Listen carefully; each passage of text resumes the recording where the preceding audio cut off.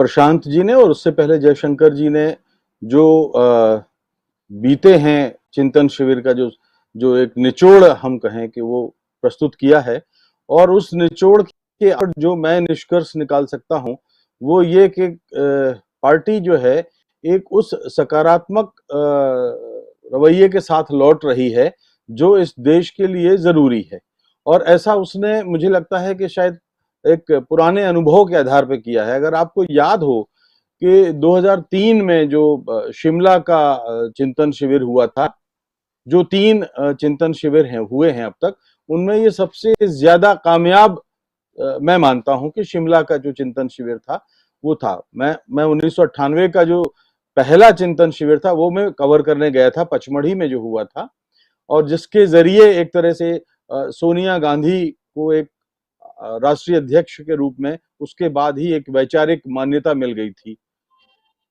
उस समय उसमें ये हुआ था कि आपको याद होगा कि उन्होंने कहा था कि कांग्रेस पार्टी अपनी दम पर जाएगी, क्योंकि कांग्रेस पार्टी उस समय भी बहुत बिखरी हुई है, एकला चलो रे वाली नीति अपनाएगी। लेकिन 2003 में जो शिमला का जो अधिवेशन हुआ था, जो चिंतन शिविर हुआ था, उसमें उन्होंने फिर गठबंधन की राजनीति पर लौटने का फैसला किया था, जो आगे हमने जाकर के देखा कि वो कामयाब रहा। इसके अलावा जो अभी जैसे प्रशांत जी ने और जयशंकर जी ने कहा कि सामाजिक सशक्तिकरण और आर्थिक रूपरेखा पर केंद्रित जितने भी कार्यक्रम हो सकते हैं वो उस समय भी तय किए गए थे, जो बाद में 2004 के लोकसभा चुनाव को जीतने का आधार बने। अगर मैं याद करूं तो उसमें एक मनरेगा था, खाद्य सुरक्षा का जो कानून था वो था, महिला सशक्तिकरण था, सूचना का अधिकार था। तो ये सारे एक सकारात्मक नजरिया था पार्टी का, जिसका फायदा उसे 2004 के चुनाव में मिला था। उसके बाद जो 2013 का जो चिंतन शिविर हुआ था, मेरा मानना यह है कि वो उसमें तो बहुत ज्यादा कुछ ऐसा वैचारिक आधार पर बहुत ठोस कुछ नहीं था। हाँ, राहुल गांधी को जो कि उपाध्यक्ष थे उनको एक तरह से ये माना गया कि उनको प्रमोट करने के लिए वो शिविर था। तो अगर इस बार उदयपुर के ये शिविर के जरिए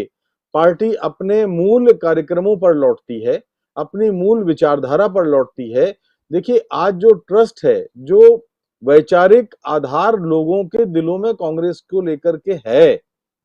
एक पत्रकार होने के नाते मैं तो ये समझता हूं कि अगर वो अपनी वैचारिक धारा से डिगती है, हटती है, या जैसे आपने अभी कहा कि सॉफ्ट हिंदुत्व वाली बात है, तो वो जो चीज होगी वो शायद पार्टी को बहुत फायदा नहीं पहुंचाएगी, क्योंकि जो एक औसत कांग्रेसी मतदाता है वो कांग्रेस के चरित्र के साथ अपना अपना एक मेलजोल समझता है। मुझे एक और बात याद आ रही है, मुझे लगता है कि शायद जयशंकर जी इस पे आने वाले सेकंड राउंड जब होगा चर्चा में तो मैं जानना चाहूंगा कि क्योंकि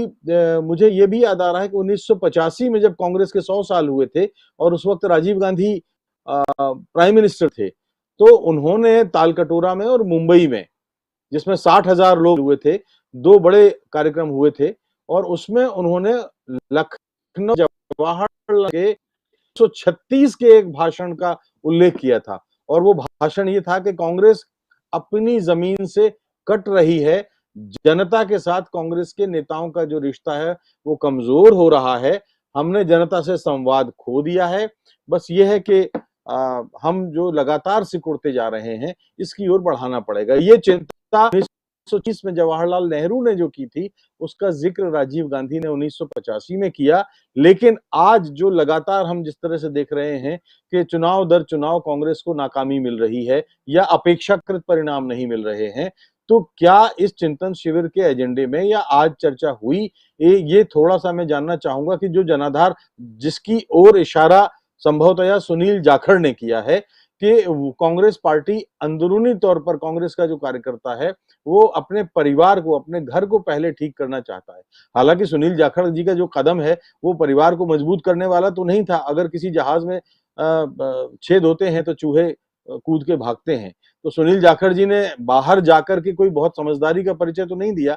संभवतः शायद वो उनको नहीं बुलाया गया होगा उदयपुर के शिविर में, इसलिए उन्होंने ये फैसला लिया। लेकिन बात उन्होंने ये बात जरूर कही है कि